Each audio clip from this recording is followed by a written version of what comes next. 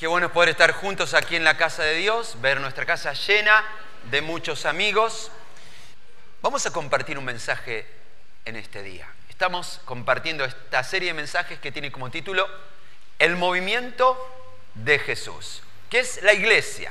La iglesia no es un edificio, la iglesia no es una institución o una jerarquía. La iglesia es la convocatoria de hombres y mujeres movilizados para hacer evidencia de que Dios no está muerto. Dios está vivo, y porque Dios está vivo, todas las cosas pueden cambiar. La iglesia, el movimiento de Jesús, nació el día de que Dios se levantó entre los muertos. Lo cierto es que un puñado de hombres se ocuparon de ser testigos presenciales de este hecho que iba a cambiar la historia antes y después de Cristo. Ahora, una de las cosas sorprendentes cuando analizamos en términos históricos el movimiento de Jesús es cómo este puñado de galileos, este puñado de judíos, con cero poder político, con cero poder de cualquier índole, económico, el que vos quieras, logró sobrevivir a todos los cambios del primer siglo de esta era, a todos los cambios políticos, económicos, en todo sentido. El primer siglo de esta era fue tremendo. Para que te des cuenta de cómo cambió el mundo en ese primer siglo, 70 años después de Jesucristo, apenas unas décadas después de los relatos que hoy vamos a mencionar, el ejército romano entró en Jerusalén y lo destruyó por completo. Destruyó el templo de Jerusalén, destruyó a toda la ciudad. La mayor parte de todos los judíos salieron deportados a diferentes ciudades y de hecho, desde ese momento y hasta la fecha, nunca más se volvió a construir de nuevo el templo de Jerusalén. Es decir, el Imperio Romano entró, devastó, destruyó y no dejó rastros de lo que fue todo ese pueblo judío. Recién, después de la Segunda Guerra Mundial, los israelitas regresaron otra vez a Tierra Santa y constituyeron lo que hoy se llama la nación moderna de Israel. Pero quiero que entiendas que durante siglos y siglos todo lo que alguna vez fue llamado el pueblo judío desapareció. Sin embargo, este movimiento de Jesús no desapareció. Fue más fuerte que todos los cambios que ocurrían. Uno se preguntan cómo hicieron para sobrevivir al primer siglo. Y a los demás también. Y llegar hasta la fecha. Y constituirse hoy en la fuerza más poderosa del planeta. Porque 1/3 de las personas que habitan el planeta Tierra, según diferentes tradiciones, se consideran cristianos. Y la razón es por un puñado de hombres y mujeres que tuvieron el coraje de vivir y morir si era necesario, para ser testigos de que Jesús no está muerto. Él está vivo. Ese movimiento es la iglesia. Y en el primer siglo no había nadie que los pueda detener. Si hoy estás aquí por primera vez, algunos están por primera vez, y bueno, quiero ponerlos un poquito en día, porque hoy es casi el último mensaje de una serie de mensajes. Es decir, para que lo entiendas, esto sería como casi el capítulo final de la primera temporada. Y voy a decir, upa, ¿y ahora cómo entiendo la historia? Te voy a poner un poco al día. El día de Pentecostés, el Espíritu Santo fue derramado sobre un grupo de cristianos. Ellos salieron a las calles de Jerusalén y con valor hablaron de Jesús. Miles, 2.000, 3.000, 5.000 personas se unieron solamente en pocas semanas al movimiento de Jesús. 1/10 parte de todos los habitantes de Jerusalén estaban involucradas en este movimiento. Lo que ocurrió es que se puso en juego el equilibrio delicado de poder que había entre el Imperio Romano y los líderes del templo. Los líderes del templo tenían un acuerdo con el Imperio Romano. El Imperio Romano les daba cierta autoridad a ellos con tal de que mantengan a raya a la gente. Pero estos cristianos venían a romper con todo eso. Así que los líderes del templo iniciaron una persecución en contra de los cristianos. Los cristianos iban siendo arrestados y azotados y amenazados. Pero ni aún así se detenían. Así que se inició una persecución organizada. Si un cristiano era capturado, era arrestado y asesinado. El primero en ser asesinado se llamó Esteban. Esteban fue el primer mártir del movimiento de Jesús. Un hombre que presenció y fue cómplice del asesinato de Esteban, un hombre llamado Saulo, se lo tomó a título personal, ir a cada ciudad encontrar a los cristianos, arrestarlos y tal vez asesinarlos. Ahora este hombre llamado Saulo, con ese ensañamiento, iba hacia Damasco buscando cristianos, pero en el camino se encontró con Jesús. Una luz resplandeciente lo hizo caer del caballo, del burro donde iba montado, y en ese momento él tuvo un encuentro cara a cara con el Jesús resucitado. Y este hombre Saulo dejó de ser el perseguidor de la iglesia y se transformó en el promotor del movimiento de Jesús. De hecho, cambió su nombre. Ya no se llamó más Saulo. A partir de ese momento se llamó Pablo. ¿Y qué hizo? Hizo lo que Jesús había dicho del principio, pero hasta ahora nadie había hecho. Jesús dijo, vayan y hagan discípulos a las naciones, es decir, a los países no cristianos. Y Pablo lo hizo. Él fue a Siria, o nuestra actual Siria. Él recorrió los pueblos de nuestra actual Turquía. Él recorrió los pueblos de nuestra actual Macedonia, Grecia. El mapa que ustedes están viendo y cada punto rojo muestra una ciudad donde Pablo estuvo. Y en cada ciudad donde él estuvo, una nueva comunidad cristiana comenzaba. Lo que había ocurrido en Jerusalén ahora estaba ocurriendo en todas estas ciudades del mundo greco-romano. Yo quiero que entiendas, el mundo greco-romano era un mundo absolutamente ignorante de Dios, lleno de supersticiones, mitología, perversidades, perversión, con leyes, con hábitos de los más siniestros que te puedas imaginar. Eso es lo que se practicaba dentro del Imperio Romano. Ahora, en ese mundo lleno de ignorancia espiritual, de demonización, de superstición, de idolatría, el Evangelio de Jesucristo comenzó a generar una revolución en cada uno de esos lugares. Una luz se encendía en cada uno de esos lugares de oscuridad. Y el movimiento de Jesús ahora ya tenía una escala internacional. Ahora, mientras todo esto maravillosamente estaba sucediendo, en Jerusalén, ya que no tenían nada que hacer, se iniciaba una gran controversia.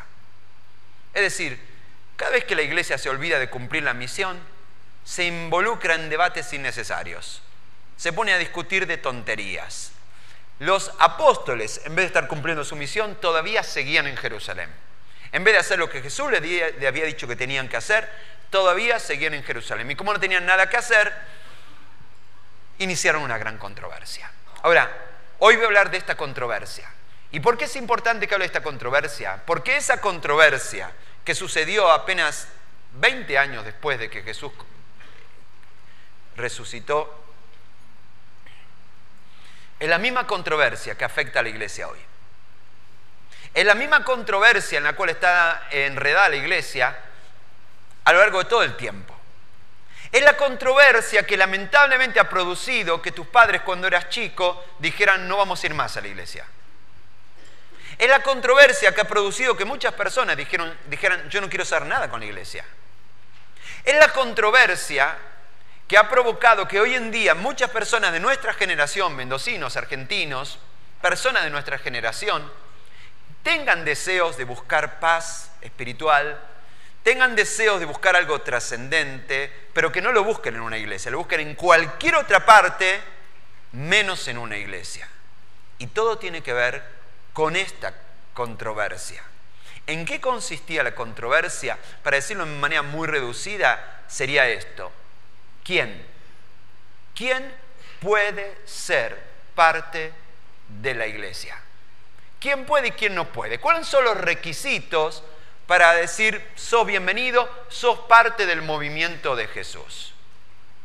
¿Qué tan bueno tenés que ser para ser parte de la iglesia?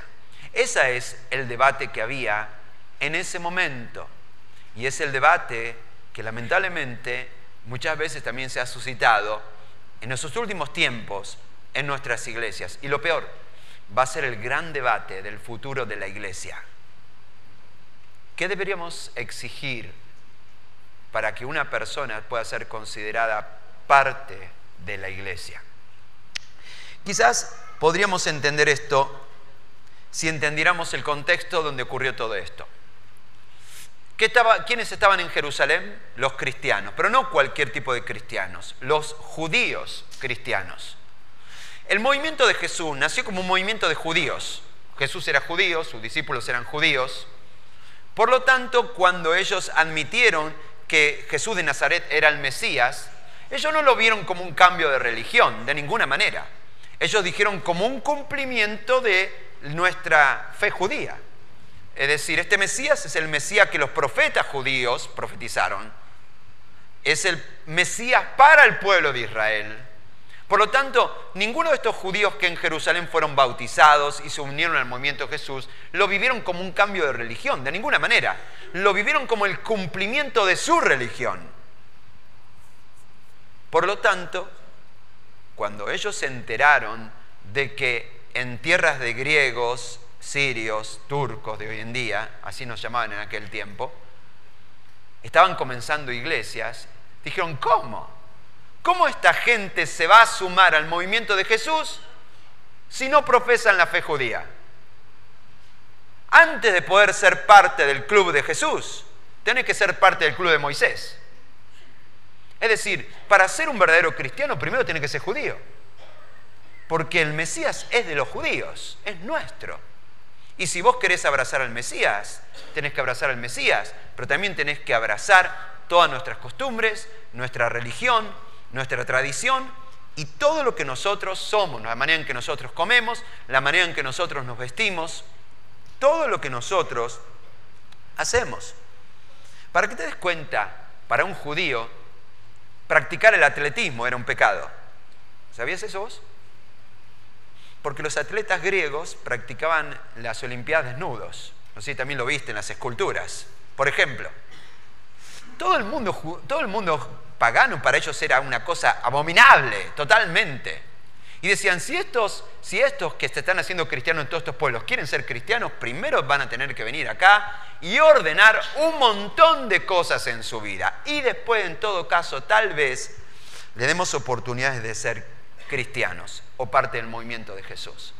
El problema es que Pablo no anduvo por esos pueblos predicando eso. Cuando Pablo iba de pueblo en pueblo, lo único que predicaba era, cree en el Señor Jesucristo y serás salvo, punto.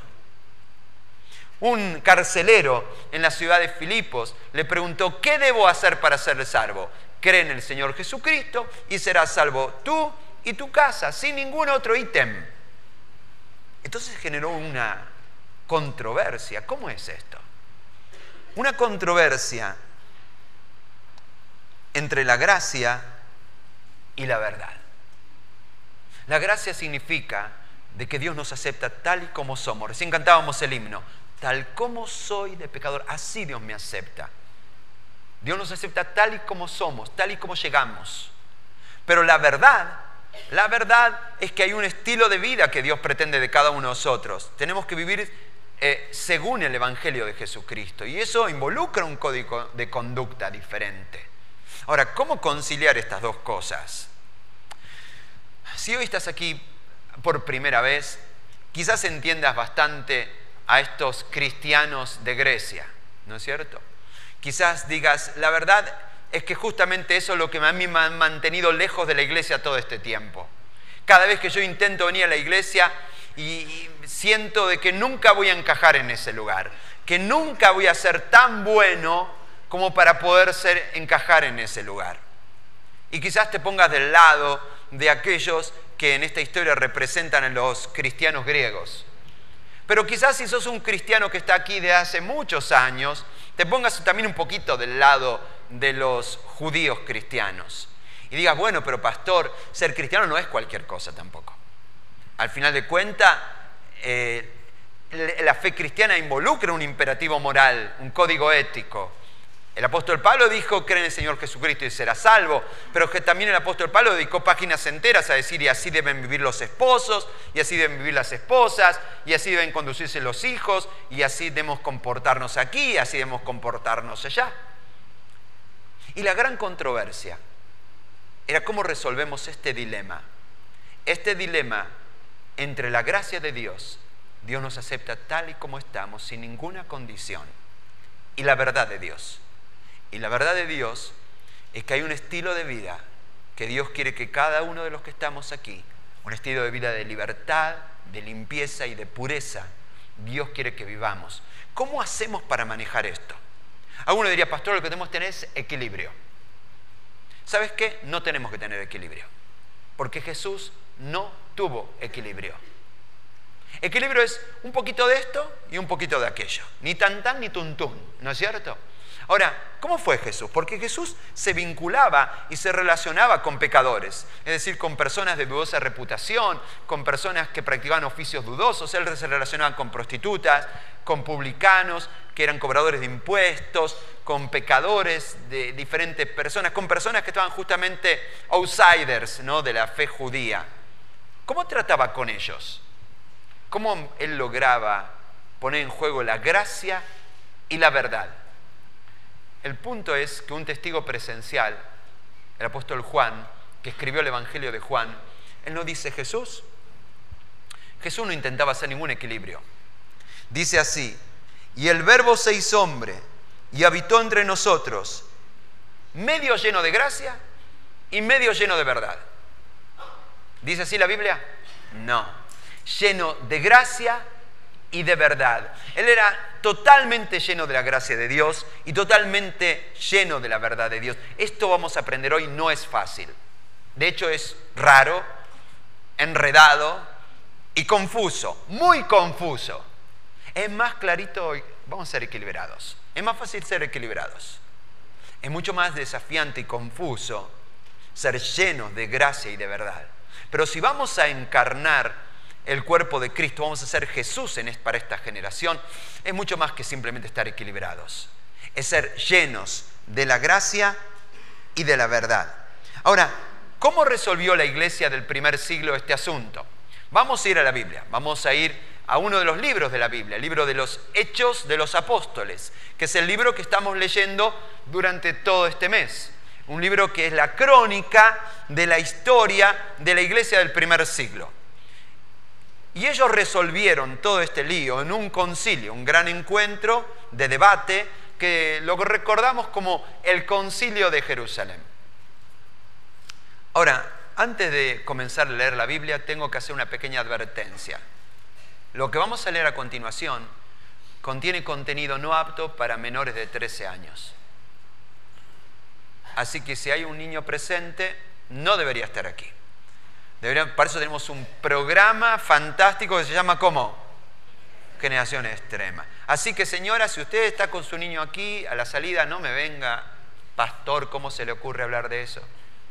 Está en la Biblia, lo que voy a leer es una cosita un tanto inadecuada, nos vamos a sentir un poquito incómodos con lo que vamos a leer ahora, pero está bueno que nos sintamos incómodos, porque de esa manera vamos a poder entender un poquito lo que estuvo viviendo y cómo lo sintió la iglesia del primer siglo. Así que, hecha la advertencia, abrimos la Biblia. En Hechos, capítulo 15, versículo 1. Ahora tengo la atención de todos ustedes. Todo el mundo está preguntando, ¿y qué va a decir este hombre? Dice en Hechos 15:1. Algunos que habían llegado de Judea, es decir, el departamento, la provincia cuya capital es Jerusalén, donde estaban los apóstoles, Antioquía era una ciudad en lo que actualmente es Siria, y curiosamente Antioquía fue la primera iglesia no judía, es decir, compuesta de personas no judías, y en ese lugar es donde por primera vez a este grupo que eran del movimiento de Jesús, o como lo llamaban en Jerusalén, los del camino, los llamaron por primera vez cristianos. Aquí aparece por primera vez esta frase, cristianos. Los seguidores y los creyentes de Jesús fueron llamados cristianos por primera vez en Antioquía. Ahora, gente de Jerusalén llegó a Antioquía y se pusieron a enseñar a los hermanos. ¿Se imaginan? Los hermanos de Antioquía dijeron, mirá, vinieron gente de Jerusalén, muchos de estos habrán visto a Jesús cara a cara, dejémosles que nos enseñen, dejemos que nos prediquen. Pero esta gente se vino con algunas enseñanzas un tantito raras. Empezaron a decir cosas como estas: a menos que ustedes se circunciden. ¿Sabes lo que significa esto, no? Como le decía Marco Zucker a Alberto Olmedo, cuando Alberto Olmedo quería salir con la hija del judío, Le decía, no hay problema, solo va a tener que hacer un pequeño sacrificio. Le decía así. A menos que ustedes se circunciden, es decir, una pequeña cirugía, muy dolorosa, conforme a la tradición de Moisés, no pueden ser salvos.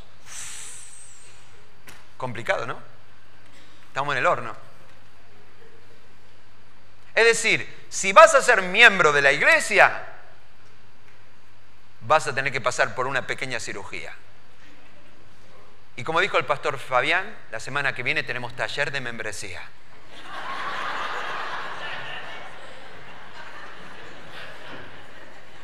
Te imaginas a los muchachos, ¿no? Traen a la esposa hasta la puerta y le dice, bajá, entra vos, yo la tengo que pensar mucho. No es que no ame a Jesucristo, porque lo amo intensamente, me encanta esto, pero tenés que entenderlo, lo tengo que pensar. Claro que esto generó todo un gran problema, porque esto no es lo que Pablo estaba predicando. La gente de Antioquía se pusieron pálidos. Dijeron, ¿qué es esto? Ahora, dice verso 2, esto provocó un altercado y serio debate de Pablo y Bernabé. Bernabé era un compañero de batalla de Pablo, ¿no? Y produjo un altercado. Pará, momento, le dijeron al muchacho paren la predicación. ¿Te imaginas? ¿No? En medio de la predicación, te dijeron, cállese, caballero, ¿qué vino a enseñar? ¿De dónde sacó esto? No, es lo que los apóstoles nos dijeron.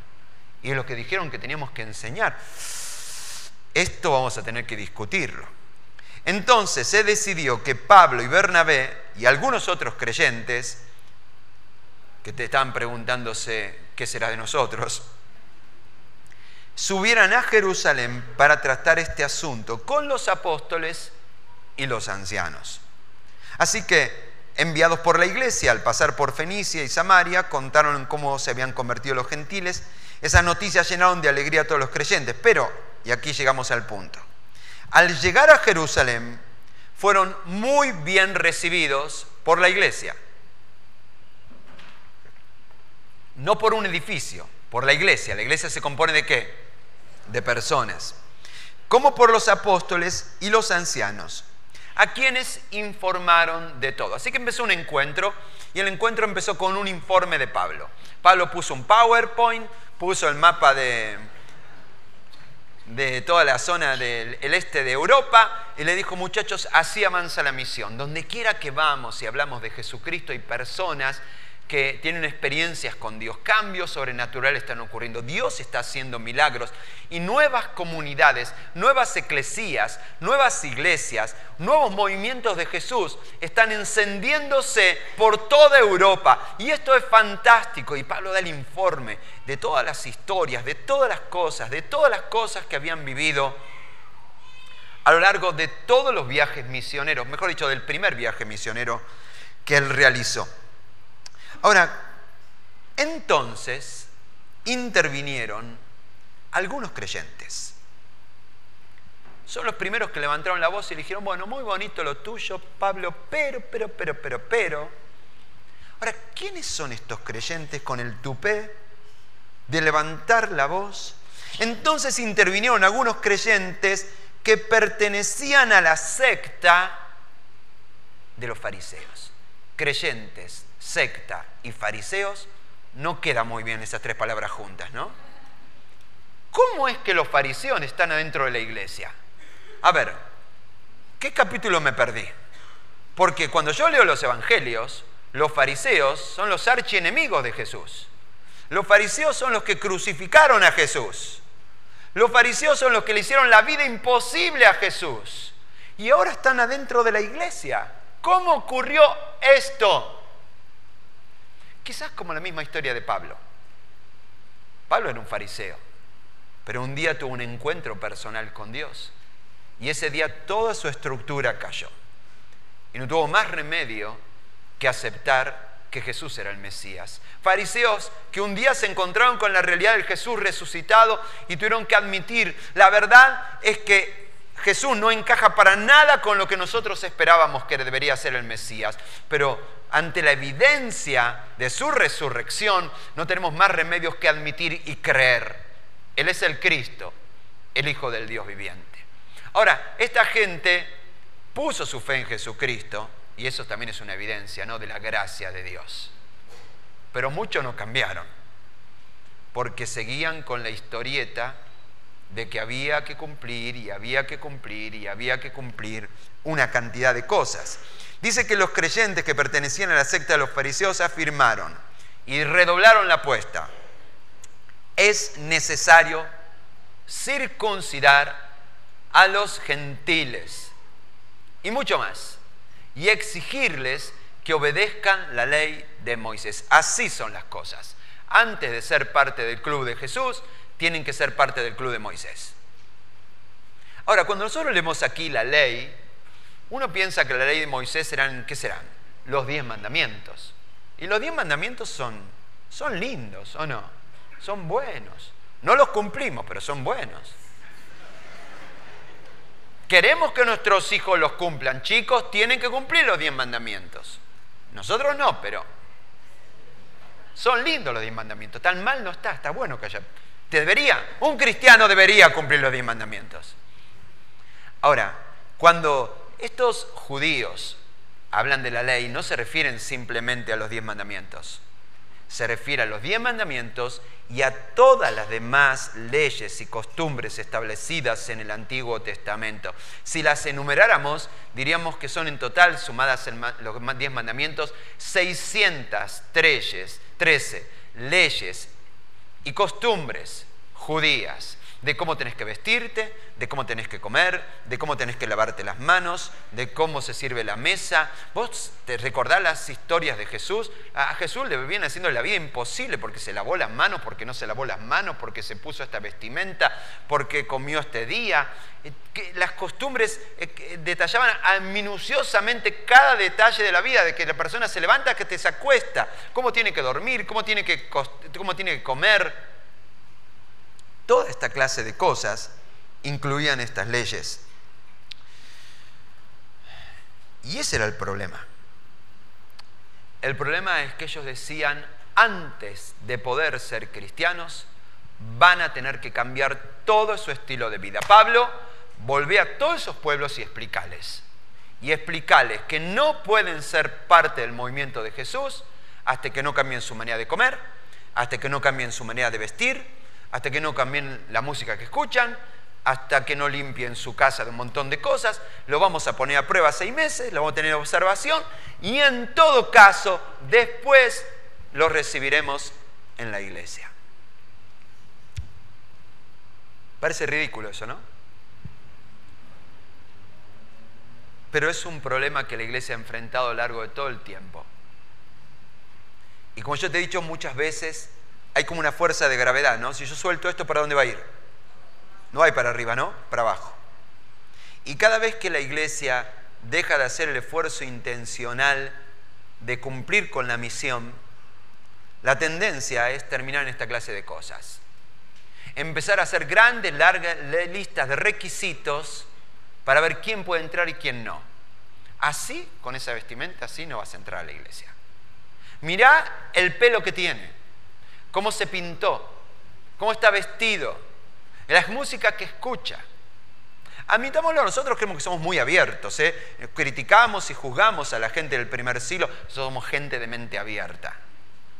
Pero en cuanto nos damos vuelta, nosotros también caemos en esa, porque cada uno vive la vida cristiana de acuerdo a su propia experiencia personal. La tradición de tus padres, de cómo te criaron en el Evangelio, ese marca tu cajoncito. Y cuando te encontrás con una persona que vive la fe cristiana desde otro lugar, diferente, decís, no, ¿cómo puede ser esta persona cristiana? Los cristianos no se visten así. ¿Cómo puede ser esa persona cristiana? Los cristianos no oran así. ¿Cómo puede ser esa persona cristiana? Los cristianos no escuchan esa música. Y ese problema es un problema que una y otra vez, esta controversia va y viene para amenazar el movimiento de Jesús. Este mismo problema va y viene una y otra vez. Y cada vez que una iglesia se descuida de cumplir la misión, aparece esa larga lista de requisitos para en todo caso que te recibamos. Nosotros estamos viviendo en un mundo que está cambiando aceleradamente. Y no digo para bien, en muchos aspectos para mal. El mundo retrocede en 4 patas. Eso es lo que está pasando en este momento. Y eso significa que hoy en día hay nuevas maneras de constituir familia, de construir familia. Historias que a nosotros nos parecen desaprobables, pero que están ocurriendo y van a seguir ocurriendo. Conductas culturales que a nosotros no nos agradan, pero que van a ocurrir. Y esas personas son la persona de la próxima generación que Dios nos ha dado para ganar para Cristo. Y la pregunta es, ¿qué actitud vamos a tener frente a las personas de esta generación ignorante de Jesús, lleno de elementos culturales desaprobables? ¿Qué vamos a hacer con ellos? Primero, que ordenen sus vidas. Y después, vemos si los recibimos. ¿Era así la cosa? Cree en el Señor Jesucristo y será salvo. Ese es el mensaje que Pablo predicaba. Los judíos decían, no, primero tienen que ordenar su vida y después veremos. En medio de esa discusión, alguien toma la palabra intentando traer claridad. Y es una persona influyente en ese concilio, ni más ni menos que Pedro. Y Pedro va a decir algo bien acertado.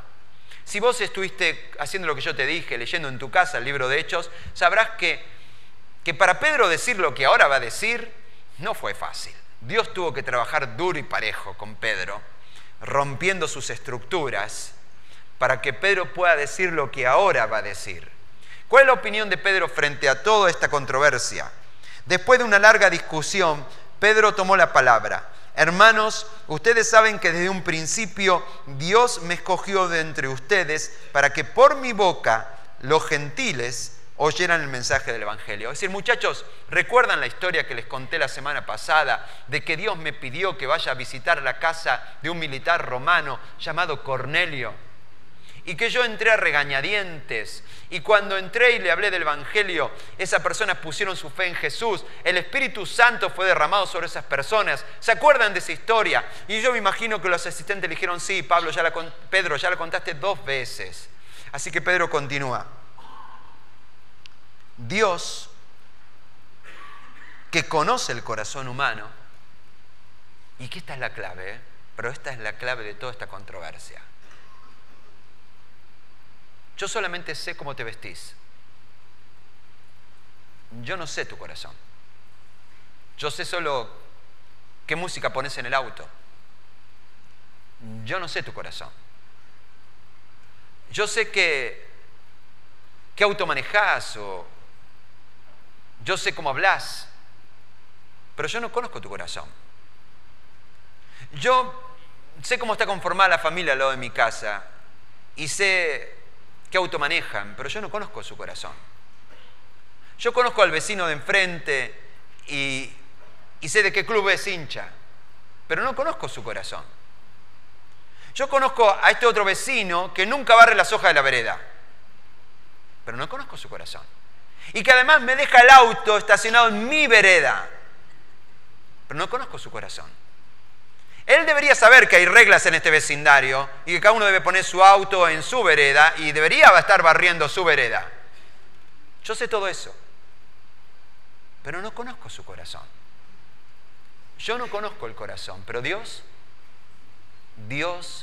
conoce el corazón humano. Dios tiene una capacidad que yo y vos no tenemos. Él no evalúa a las personas por su apariencia, por su cultura, por cómo se visten, por qué cantan o por qué comen. Dios evalúa a las personas de una manera mucho más efectiva. Dios conoce el corazón humano. Y Dios, que conoce el corazón humano, mostró que los aceptaba, dándoles el Espíritu Santo, lo mismo que a nosotros. Muchachos, Dios nos acepta por gracia, a ellos y a nosotros. A ellos con sus supersticiones, a ellos con sus conductas paganas y a nosotros con todo nuestro rollo legalista. A todos Dios en definitiva nos aceptó de la misma manera. Nos aceptó no porque nuestra conducta sea perfecta, nos aceptó porque vio una fe sincera y solo por eso. Solo porque pusimos nuestra fe en Jesucristo. Dios no nos aceptó porque nuestra vida estuviera ordenada. Dios nos aceptó en el caos de nuestra vida. Cuando llegamos por primera vez a Cristo en un caos, Dios nos dijo primero ordena tu vida y después hablemos. Dios nos aceptó tal y como soy. Tal y como soy, de pecador. Así Dios nos aceptó a ellos y a nosotros. Sigue diciendo el verso 9. Sin hacer distinción alguna entre nosotros y ellos, purificó sus corazones por la fe. Cree en el Señor Jesús y serás salvo. No porque nuestra vida sea perfecta, simplemente porque pusimos nuestra fe en Jesucristo como nuestro único y suficiente Salvador. Yo imagino que ni esto le habrá servido a los fariseos. Los fariseos decían, sí, purificó sus corazones, pero están llenos de conductas extrañas esta gente. Así que Pablo continúa. Entonces, ¿por qué tratan ahora de provocar a Dios poniendo sobre el cuello de esos discípulos, recientes cristianos, un yugo que ni nosotros ni nuestros antepasados han podido soportar? ¿Qué significa esto? No han podido soportar. Muchachos, podría decir Pedro. A ver, Jacobo. No, a ver, no sé, algún otro. A ver, Carlitos, vos que sos un buen judío. ¿Alguna vez quebraste la ley? No mires para abajo. ¿Alguna vez quebraste la ley? Y sí, claro, una vez quebraste la ley. Roberto, vos que sos un buen pibe judío. ¿Alguna vez quebraste la ley? Y yo te vi una vez llevando una ofrenda por el pecado en el templo, así que alguna vez quebraste la ley. Es decir, muchachos, todos hemos quebrado la ley alguna vez. No pretendamos imponer a esta gente cosas que ni nosotros nunca vamos a cumplir de manera perfecta. No esperemos que estas personas tengan una vida perfecta, porque tampoco nosotros tenemos una vida perfecta. Y él continúa diciendo, no puede ser, dice Pedro. Más bien como ellos, creemos que somos salvos por la gracia de nuestro Señor Jesús. Punto. Tal y como soy, de pecador, sin mérito alguno, por gracia, gracias al amor inmerecido. Sin ningún mérito, Dios nos dice, bienvenido a la familia de fe. No porque tengas una vida perfecta, porque Él te amó de una manera perfecta. Es que hoy estamos todos aquí. Gracia. Gracia fue el mensaje de la iglesia entonces. Y gracia necesita ser el mensaje de la iglesia hoy. Así que el debate estaba en marcha, pero no estaba resuelto.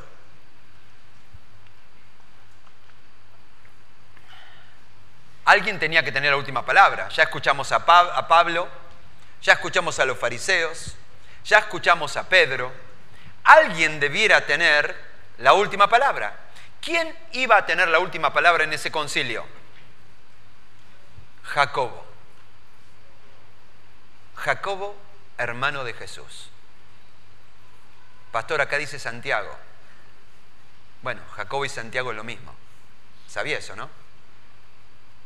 Jacobo en latín es Jacob. Sant Jacob. San Jacob, Santiago. Jacobo es Santiago, es lo mismo. Lo dicen en hebreo, o lo dicen, ya hablan en dos idiomas, ¿ves? Lo hablan en hebreo, o lo dicen en latín, pero es lo mismo. Jacobo, hermano de Jesús, es quien toma la palabra y tiene la última palabra. Detalle, no era Pedro la máxima autoridad de la iglesia de Jerusalén. La máxima autoridad, el que va a tener la última palabra, es Jacobo, hermano de Jesús. A mí me hubiera gustado conocer a Jacobo, hermano de Jesús. No sé, para preguntarle cosas. Para preguntarle, che, ¿cómo era Jesús de pibe? Porque eso no está en la Biblia. ¿Obedecía siempre a María? Nah. ¿Sí? ¿Se imaginan? Ahora, el hecho de que Jacobo, hermano de Jesús, fuera un cristiano, es la demostración más contundente de que Jesús era quien dijo ser, Dios. ¿Qué debería hacer tu hermano para convencerte de que es Dios? ¿Quiénes tienen hermano de sangre? ¿Alguien tiene hermano de sangre? Imagínate que la semana que viene aparece tu hermano de sangre y dice, mira, tengo que confesarte algo que nunca te dije. Soy Dios.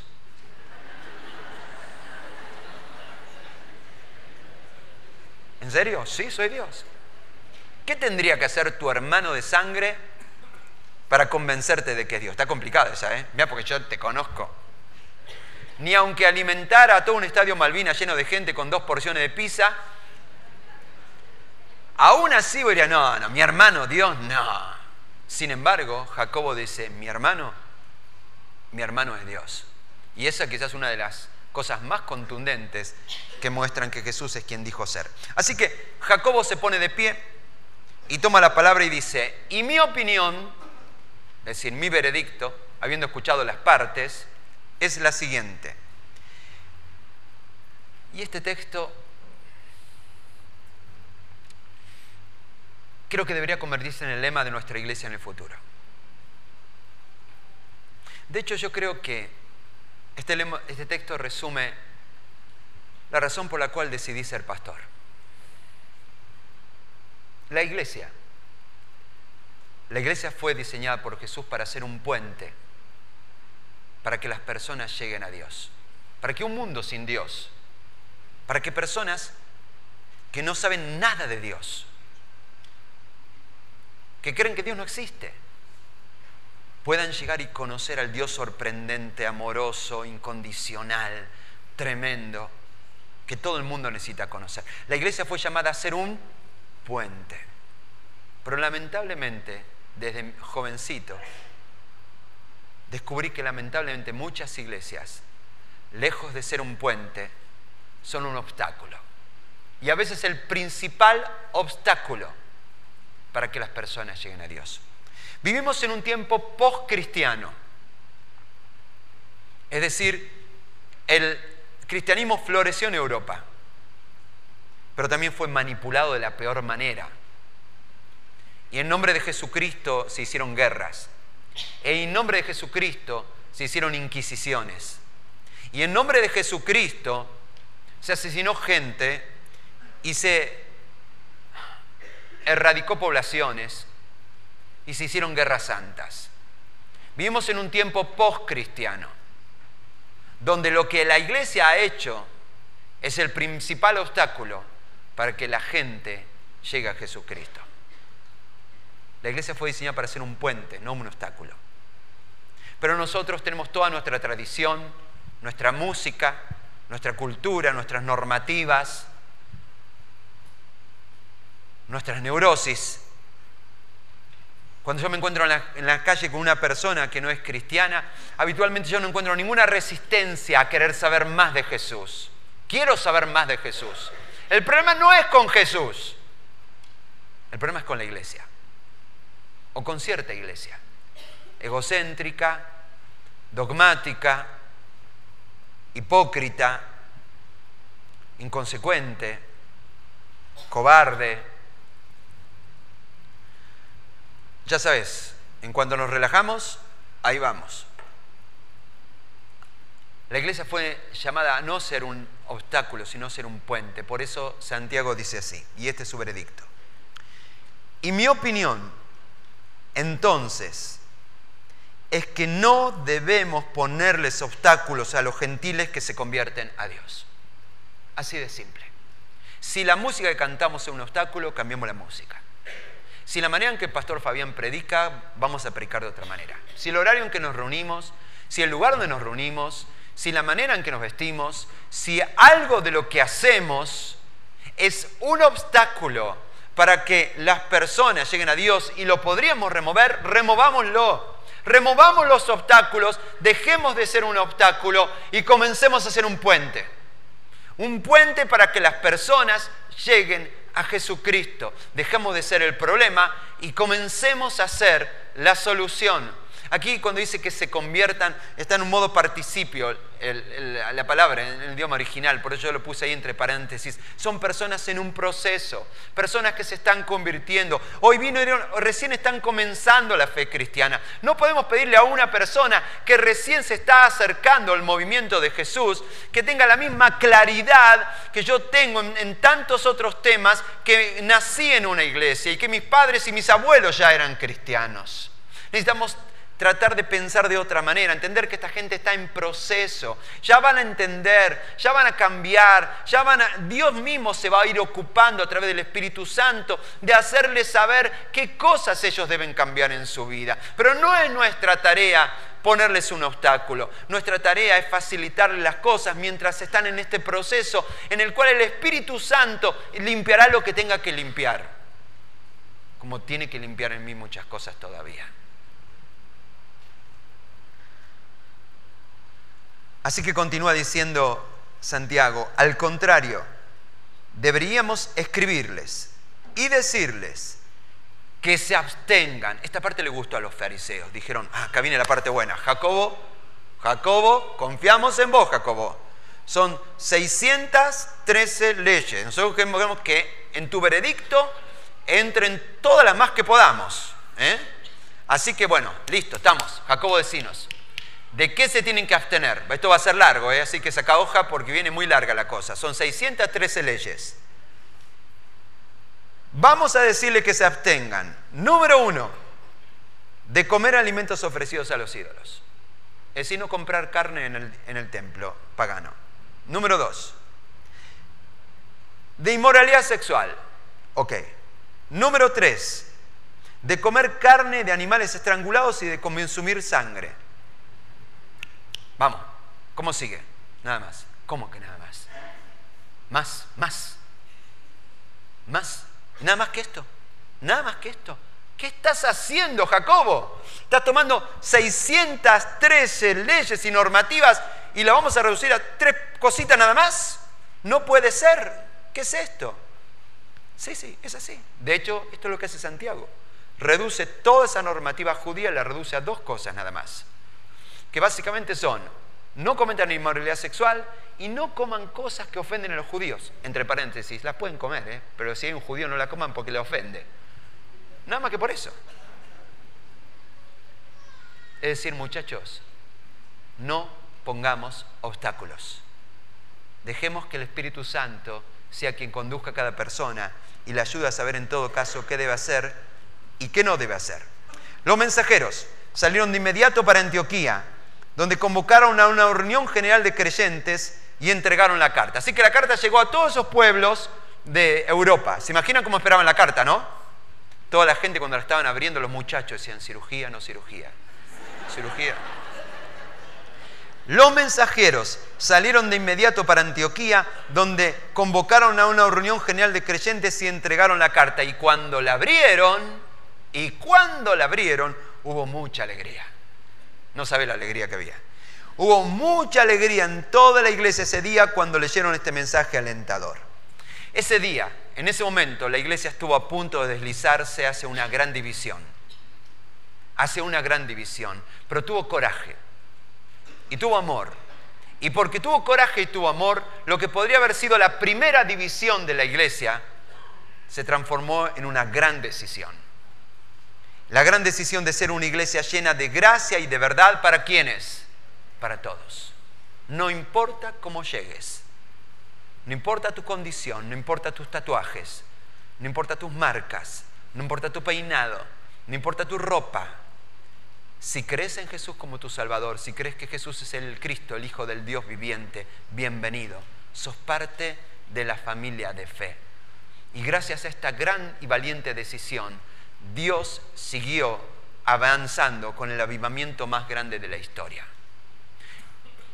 Es hora de que esta iglesia decida. ¿Nos vamos a deslizar o vamos a decidir ser la iglesia que tenemos que ser? ¿Cuál es la iglesia que Dios espera que seamos? Necesitamos tratar de evitar 3 grandes deslizamientos. Deslizamiento número 1, deslizarnos hacia los de adentro y olvidar a los de afuera. Es decir, enfocarnos en los que ya estamos y olvidarnos de los demás. Y esto es muy fácil. Cuando digo los de adentro, me refiero a los que ya estamos en la iglesia, que sabemos las canciones, sabemos dónde nos tenemos que sentar, sabemos dónde están los baños, sabemos dónde están los baños nuevos. Muy poca gente sabe dónde están los baños nuevos. Los de adentro. La tendencia a enfocarnos en nosotros mismos. Ahora, esto puede suceder y suele suceder. Para mí como pastor, la tendencia a enfocarnos en los de adentro es natural. ¿Por qué? Porque los de afuera nunca me llaman por teléfono para quejarse de mi sermón. Los de afuera nunca me traen problemas. Los de afuera nunca cuestionan cómo estamos usando el presupuesto. Los de afuera nunca opinan acerca de cómo me he visto. Los de afuera simplemente me ignoran, nada más. Es mucho más fácil enfocarnos en los que aportan para el presupuesto, es mucho más fácil enfocarnos en los que opinan, en los que se quejan, en nosotros. Es más fácil. Vamos a hacer un esfuerzo intencional para decir, no vamos a entrar en tontas controversias. Vamos a mantenernos enfocados en lo que tenemos que mantenernos enfocados. Hay fiesta en el cielo, ¿cuándo? Cuando un pecador se arrepiente. Para eso estamos. Tenemos que evitar deslizarnos hacia la ley y olvidarnos de la gracia. Y cuando digo esto, yo no estoy suponiendo de que vamos a cambiar la doctrina y ahora vamos a decir que para ser salvo uno tiene que hacer ciertas obras. No pasa por ahí. Hablo de un desliz más a nivel práctico. ¿Sabés cómo una iglesia se evidencia que se desliza hacia la ley? Cuando empieza a resolver los casos pastorales en términos de categorías y reglas. ¿Cómo vamos a resolver los casos pastorales? Muy simple. Ponemos a cada persona en diferentes categorías. Solteros, casados en segundas nupcias, divorciados antes de ser cristianos, divorciados después de ser cristianos. Categorías. Y luego le aplicamos una regla a cada categoría. Eso es muy sencillo. Facilita la pastoral. Vos venís y yo simplemente te pregunto en qué categoría estás, llévate el formulario que tienes que llevarte, cuando cambies de categoría volvé y vemos cómo seguimos. Así hicieron los de aquel tiempo. Categoría, gentil. Regla, tienen que cumplir las 613 leyes. Ahora, Jesús no se movía así. Pastor, cuando venga toda esa gente de la próxima generación con todos esos modelos familiares diferentes a los que hoy existen, ¿en qué categoría los vamos a poner? ¿Qué reglas vamos a tener? Déjame decirte lo que vamos a hacer. No vamos a tener ninguna regla. Pero tenemos que tener reglas. No necesitamos reglas. Jesús no las tuvo. Lo que necesitamos es tener una conversación con cada persona. Jesús no se manejaba en términos de reglas. De hecho, si lo querés analizar a Jesús en términos de reglas, te vas a enloquecer. Porque Jesús nunca le contestaba la misma pregunta de la misma manera. Cuando se le hacían dos personas diferentes. Viene una persona y le dice, Jesús, ¿qué tengo que hacer para tener vida eterna? Déjame mirarte. Tenés que vender todo lo que tenés, toda la herencia de tu viejo, todo, desprenderte de todas tus propiedades, dársela a los pobres y ahí vas a tener vida eterna. Y el muchacho se fue diciendo. Ahora, un tiempo después, Jesús está crucificado y a su lado tiene un delincuente crucificado. Y ese delincuente le pregunta a Jesús, ¿qué debería hacer yo para estar en el paraíso? Nada, esta noche vas a estar conmigo en el paraíso. A uno le dijo una cosa, a otro le dijo otra cosa. ¿Cuál es la regla? Ninguna. Jesús no se manejaba con reglas. Jesús conoce el corazón. Y entonces Él lo que no quiere no tener ni categorías ni reglas. Él lo que quiere tener es una conversación. Tener una conversación es más complicado. Más fácil tener categorías y reglas. Te doy el formulario que te corresponde y te la arreglás. Es más difícil tener una conversación. Pero si vamos a hacer una iglesia que encarne la gracia y la verdad, vamos a tener que meternos en el lío de con cada persona tener una conversación. En tercer lugar, tenemos que evitarnos deslizarnos hacia preservar más que avanzar. Cuando uno no tiene nada que perder. Cuando uno tiene mucho que perder. Y cuando uno tiene mucho que perder, empieza a jugar a la defensiva. Empieza a cuidar el resultado. Esta iglesia tiene mucho recurso humano, mucha historia, muchos talentos, muchos edificios. Ahora vamos a tener más edificios todavía. Y no agarra la tentación a empezar a cuidar lo que tenemos. Dios nos libre de eso. Mantengámonos avanzando, aunque tengamos que correr riesgos, más que con la idea de preservar. Dios no nos llamó a preservar nada, sino a arriesgarlo todo para ganar la próxima generación. Si vamos a ganar esta generación post-cristiana, no vamos a ser una raza de cristianos cobardes, sino una raza de cristianos valientes. Y ahí vamos a los 3 compromisos que tenés que mantener. Número 1, seamos valientes. Seamos valientes a la hora de invitar a nuestros amigos. Sé valiente esta semana. Sé valiente a la hora de invitar a tus amigos y hablarles de Jesús. ¿Sabes lo mejor que podés hacer por esta iglesia para asegurar que esta iglesia nunca se transforme en una mala imitación de lo que Jesús alguna vez planeó? Sé valiente a hablar de Jesús donde quiera que estés, en tu compañero de trabajo, en tu lugar de estudio, donde quiera que estés. Porque cada vez que vos no haces eso, cada vez que vos te acostumbrás simplemente a venir cada domingo, sentarte en un banco y escuchar sin haber hecho ni un solo esfuerzo en la semana por invitar a nadie, vos te estás convirtiendo en una mala imitación de un verdadero cristiano y nos estás hundiendo con vos a todos los demás. Así que si querés hacer un favor a esta iglesia, despertate. Sé valiente. Esta semana, sé valiente. No te permitas venir solo el fin de semana. Sé valiente y hablarle de Jesucristo a personas que hasta ahora nunca le has hablado. Y hablarle de maneras que nunca le has hablado. En segundo lugar, si vamos a errar, y este es el segundo compromiso que yo quiero pedir a esta iglesia si está dispuesta a hacer, si vamos a errar, erremos para el lado de la gracia.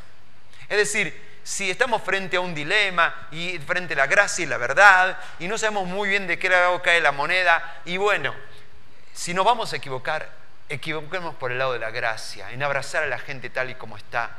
A veces alguien nos puede defraudar, no importa, pero abracemos a las personas, creamos que el Evangelio es poderoso para transformar a las personas, no importa su historial, su pasado, lo que sea. Creamos que el Espíritu Santo es poderoso para en todo caso ordenar la vida de cada persona que llegue aquí, sin necesidad ni de categorías ni de normas. Y en tercer lugar, mantengamos nuestras manos abiertas, dispuestos a darlo todo y arriesgarlo todo. Iglesia, les invito a ponerse de pie un momento.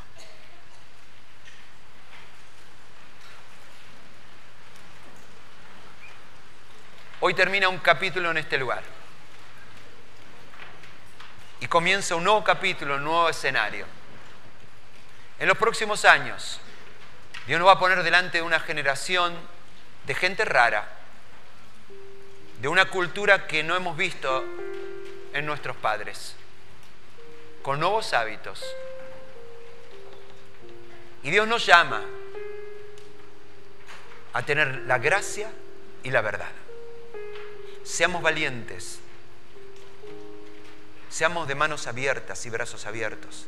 Tal vez si lo hacemos, Dios siga enviando más gente a este lugar. Y el movimiento no se detenga. Y el movimiento continúe. Señor, en este lugar esta iglesia se compromete a ser valiente, a hablar de Jesucristo a tiempo y fuera de tiempo. Señor, rompe nuestra modorra y nuestra comodidad. Usa mi vida. Señor, esta iglesia se compromete a no poner obstáculos para aquellos que vas a traer. Al contrario, si hay algo que sea un estorbo, este es nuestro compromiso, lo vamos a cambiar. No importa el precio que signifique. Señor, ayúdanos a ser una iglesia que tiene todo para dar, porque todo es tuyo. En el nombre de Jesús. Amén.